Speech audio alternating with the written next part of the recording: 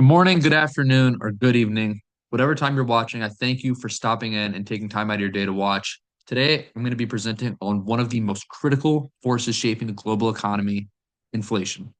In my presentation, I'm going to cover the causes, the consequences, how government policy responds and will respond in the future, along with what lies ahead for the current state of our country and global economy regarding inflation. Throughout my presentation, I'm going to tie in real world research directly to core macroeconomic principles, offering not just information, but economic analysis about what these events mean for our markets, our households, and our future growth. And when I refer to the economic events, I'm going to be referring to COVID, and I'm also going to be referring to the Donald Trump election and how his tariffs are shaping our economy regarding inflation. So, introduction to inflation. We cannot go forward without addressing what is inflation. Inflation refers to a sustained increase in the general price level across an economy. We primarily measure it through two indexes, the Consumer Price Index and the Personal Consumption Expenditures, often referred to as the CPI and the PCE. But mainly, we're going to be focusing on the CPI. The Federal Reserve targets 2% annual inflation as optimal, striking a balance between promoting moderate economic growth and preserving purchasing power. And when we talk about an ideal economic situation in a macroeconomic terms regarding inflation, we're always going to be talking about that 2% mark. That's our goal every time. So when inflation exceeds that rate significantly, real income is going to fall, our savings are going to lose value, and both consumers and businesses face distorted incentives. In June 2022, US headline inflation peaked at 9.1%, a level not seen since the early 1980s. It's crucial to understand the distinction between headline inflation, which includes food and energy prices, and core inflation, which excludes them to reflect longer term stable pricing trends. So we have a bigger scope on the US economy and how it's moving and how it will move. So for recent inflation trends, following the COVID-19 pandemic, perfect storm pushed inflation sharply upwards. Fiscal stimulus package total over $5 trillion, which is extremely important, and we're going to come back to that later, leading to a surge in disposable incomes, which is also something we're going to be coming back to later. Global supply chains remained constrained well into 2022, causing product shortages. Labor force participation rates dropped from 63.3% pre-pandemic to around 62%, straining wage pressures. These combined to push the CPI to a 9.1% year-over-year increase by June 2022. In response, the Federal Reserve implemented a historically rapid series of rate hikes like we've never seen before. In March 2022, first rate hike since 2018, mid 2023, federal fund rate peaks at 5.25% to 5.5%. Early 2025, inflation moderates to 2.44%, which is good, but we still want to bring it down to that 2, but core inflation still lingers up to 2.8%. For our causes of inflation, we're going to have three major causes combined to drive inflation. Our first one is going to be demand pull inflation. This is what happens when we have too much money chasing too few goods. This is amplified by stimulus checks, expanded unemployment benefits, and pent up post lockdown demand. When Biden initiated these stimulus checks, everyone had spare money laying around. And initially, everyone wants to spend this money. So when we say too much money chasing too few goods, we literally mean that there's so much money going around that not everyone can buy the goods that we want.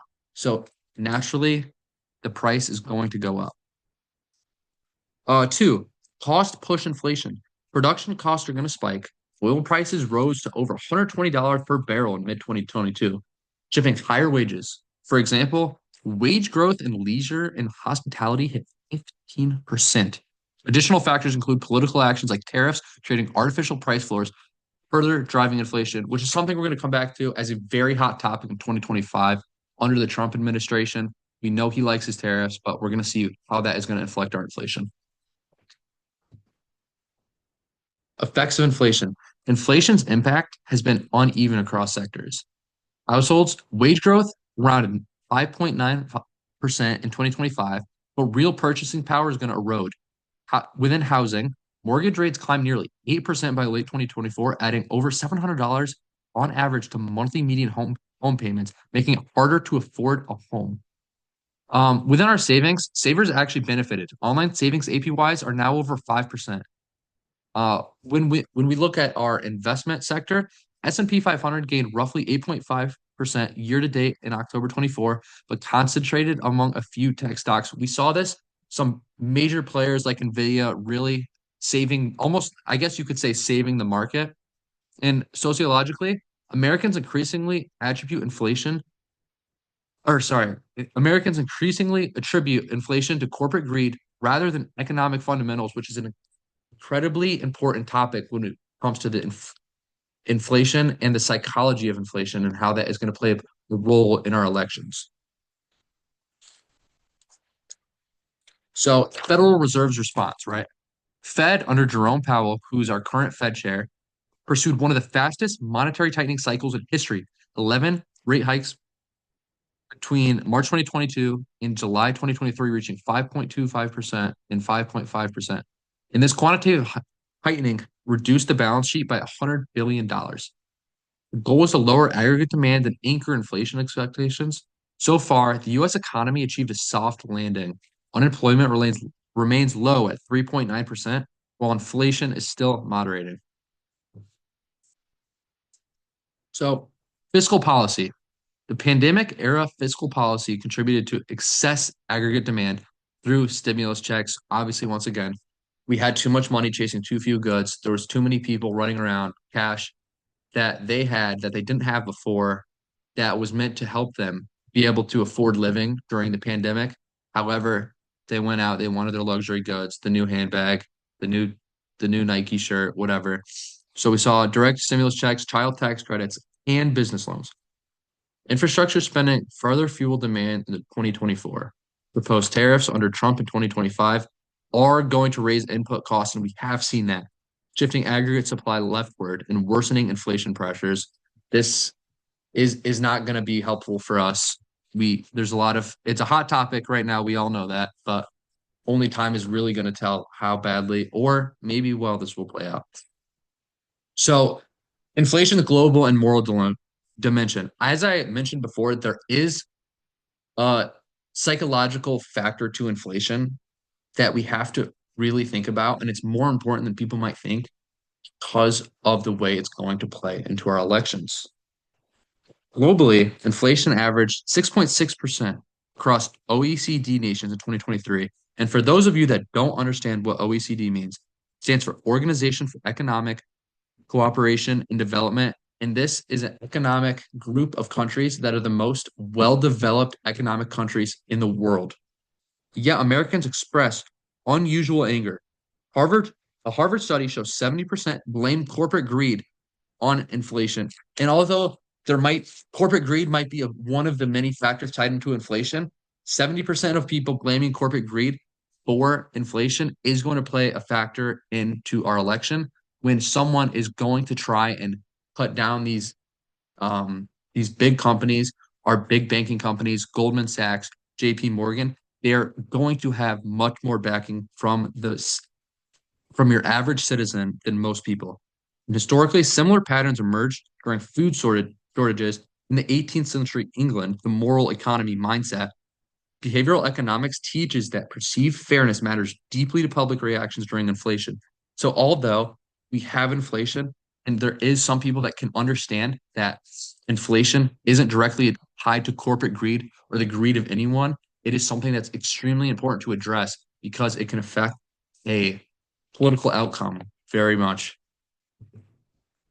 Next up, we need to look at our investor and consumer behavior changes. Higher inflation expectations are feeding into behavior. 1 year ahead, inflation forecast jumped to 4.3% in 2025. Wage demands accelerated. Consumer spending pulled forward. This risked a wage price spiral, making inflation persistence hard to break. In macroeconomics, this outcome flattens the long run Phillips curve, complicating future stabilization policies, which is just right around here at the bottom part.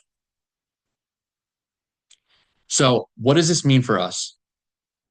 Inflation has cooled significantly, but core pressures still persist. We're not at the level we would like to be at, but we're still pushing there. However, Under the Trump administration, getting to our 2% desired inflation level is looking like a harder and harder task at hand. Tariff threats, political instability, and sticky service prices remain a risk. Investors should diversify and hedge inflation exposures in order to maximize their wealth and fight against this inflation. Savers should lock in high yields while they last. Policymakers must maintain fiscal discipline to ensure inflation expectations stay anchored. Inflation shapes not only economies, but political and social stability as well. Thank you. And one last thing, that the state of inflation relies on Donald Trump and the way he's going to be handling his tariffs. Thank you guys. Have a great night.